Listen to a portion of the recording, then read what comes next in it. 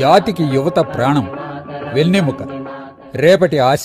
అలాంటి యువత ఉత్సాహం, ఉత్తేజం ప్రతిబింబించేలా జరుపుకునే యువజనోత్సవం జనవరి 12వ తేదీని భారత ప్రభుత్వం 1985 సంవత్సరంలో ప్రకటించింది. జనవరి 12వ తేదీనే యువజనోత్సవంగా ఎందుకు ప్రకటించాలి? మరే ఇతర రోజునైనా అలా ఎందుకు ప్రకటించకూడదు? ఎందుకంటే 12 జనవరి విద్య, వివేకం, ధర్మం, జ్ఞానం, నిత్యోత్సాహం రూపుకట్టిన మేరునగ ధీరుడైన ఒక మహావ్యక్తి జన్మదినం. ఆ మహనీయుడు భౌతికంగా కాలగర్భంలో కలిసిపోయి 100 సంవత్సరాలు దాటింది. ఆయన దేహాన్ని వదిలే నాటికి ఆయన వయస్సు కేవలం 39 సంవత్సరాలు. ఇంతకీ ఎవరాయన? రాజకీయ నాయకుడా, శాస్త్రవేత్త, లేక సంఘ సంస్కర్త? ఎవరా విశిష్ట వ్యక్తి? ఆ మహనీయుని గురించి తొలి భారత ప్రధాని శ్రీ జవహర్లాల్ నెహ్రూ స్వాతంత్రోద్యమంలో తరతరాలుగా మా వంటి నాయకులెందరిపైనో వివేకానంద స్వామి ప్రభావం ఉంది అన్నారు. మరో స్వాతంత్ర సంగ్రామోద్యమ నాయకులు శ్రీ సుభాష్ చంద్రబోస్ ఆయన గురించి చాలా చిన్న వయసులోనే 1902వ సంవత్సరంలో ఆయన భౌతికంగా మనకు దూరమైన ఆయన మృతి తర్వాత కూడా జాతిపై ఆయన ముద్ర ఇప్పటికీ బలంగా ఉంది అంటారు. అది 1882. ఒక మామూలు సన్యాసిగా, శ్రీరామకృష్ణుల శిష్యునిగా ఆయన కన్యాకుమారిలో ఉన్న సమయంలో జాతిని గూర్చి, జనజీవనం గూర్చి ఆలోచనలో మునిగిపోయారు.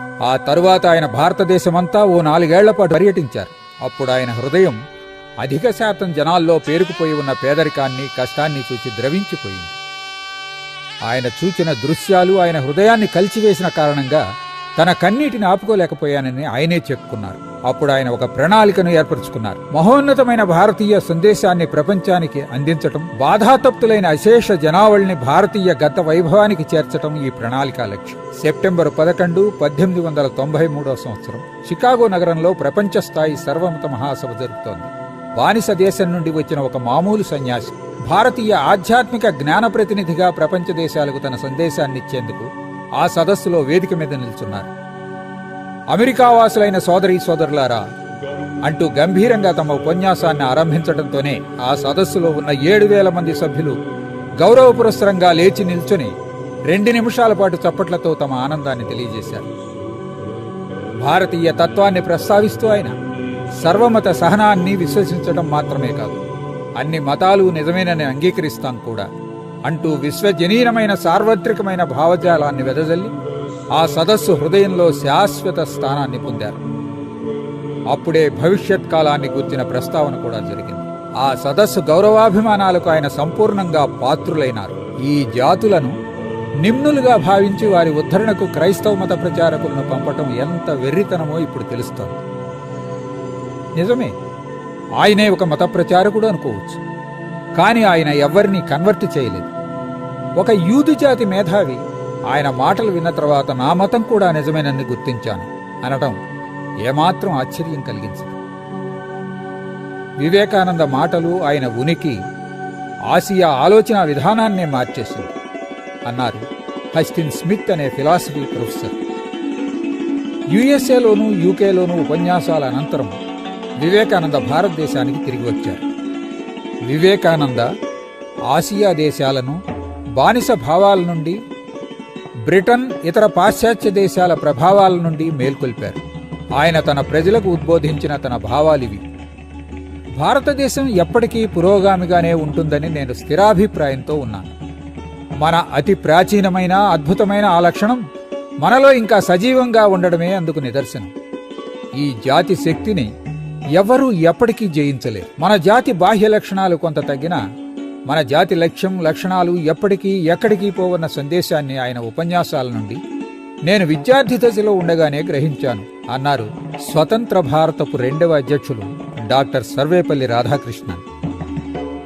ఆయన తన బోధలతో జాతిని చాలా ఉత్తేజపరిచారు. మన దేశానికి ఇప్పుడు హీరోలే కావాలి.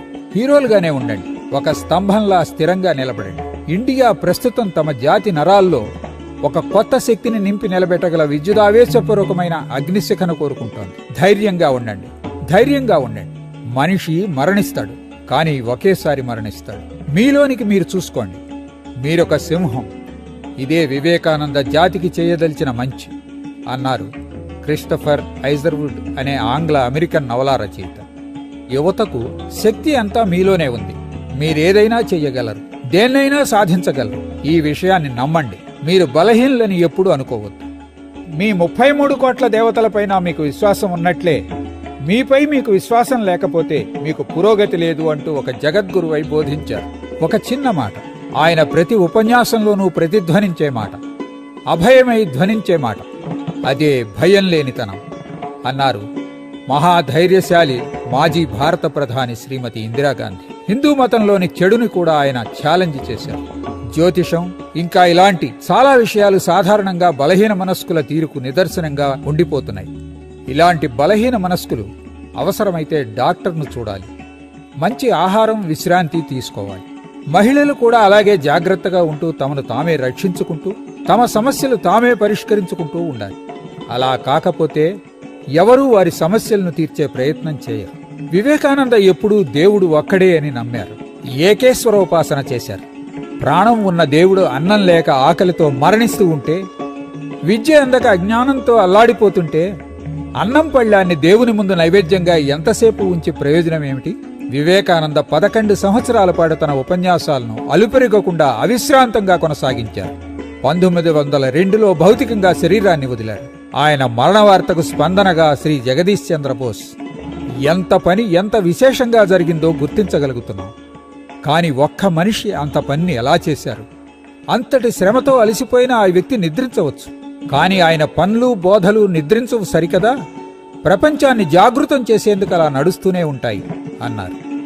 వివేకానంద తన సందేశాన్ని వ్యాప్తి చేసేందుకు, తమ గురువుకు నిత్య నీరాజనంగా నిలిచేందుకు 179 కేంద్రాలతో శ్రీ రామకృష్ణ మిషన్ సంస్థను స్థాపించారు. అది ఇప్పుడు ప్రపంచ ప్రసిద్ధం. నిజంగా నేను నివ్వెరపోయాను. ఎందుకంటే వివేకానంద స్థాపించి వ్యాప్తి చేసిన శ్రీ రామకృష్ణ మిషన్, అలాగే అంతర్జాతీయ సంస్థ యునెస్కో, ఈ రెండిటి ఉద్దేశాలు, నిర్మాణతలో ఉన్న పోలికలు గమనించాను. 1897లో వచ్చిన రామకృష్ణ మిషన్, అలా వచ్చిందే యునెస్కోలు. కొన్ని విషయాల్లో రామకృష్ణ మిషన్ పైచేయిగా ఉంది. నిజానికి రెండూ మానవాళి శ్రేయస్సు, సహనం, శాంతి, ప్రజాస్వామిక తత్వం, అభివృద్ధి మొదలైన విషయాలకు తమ ఎజెండాలో ప్రముఖ స్థానాన్నిచ్చినవే అని అప్పటి యునెస్కో డైరెక్టర్ జనరల్ చెప్పారు. ప్రస్తుతం ఉన్న జాతీయ నాయకులు, మేధావులు, కవులు, మహాత్ములైన అరవింద ఘోష్, ఠాగూర్ అందరూ క్రమ పరిణామ దశలో ఆ గురు శిష్యులు సాధించిన ఫలం ఆధారంగా ఎదిగినవారే. ఈ విషయాన్ని అరబిందో, గాంధీజీ ప్రజాముఖంగా అంగీకరించారు అన్నారు సాహిత్యంలో నోబెల్ బహుమతి గ్రహీత రోమన్ రోలాండ్. వివేకానంద జీవిత సందేశాలను అధ్యయనం చేసిన తర్వాత నాకు నా దేశం పట్ల ఉన్న ప్రేమ 1000 రెట్లయింది. యువకులారా, ఇంత తెలిసాక వివేకానంద పుట్టి, పెరిగి, జీవించి, మరణించిన ఈ ప్రదేశం నుండి తగినంత స్ఫూర్తిని, ప్రేరణను తీసుకోకుండా వట్టి చేతులతో వెళ్ళకండి. 1921లో వివేకానంద జన్మదిన సమయంలో గాంధీజీ యువతనుద్దేశించి అన్న మాటలు ఇప్పుడు చెప్పండి. వివేకానంద అంటే ఎవరు? ఒక సన్యాస, దేశభక్తుడా, మానవతావాదా? ఈనాటి స్థితికి కూడా అత్సరమైన వ్యక్తేనా? మీరే ఆలోచించండి, అర్థం చేసుకోండి.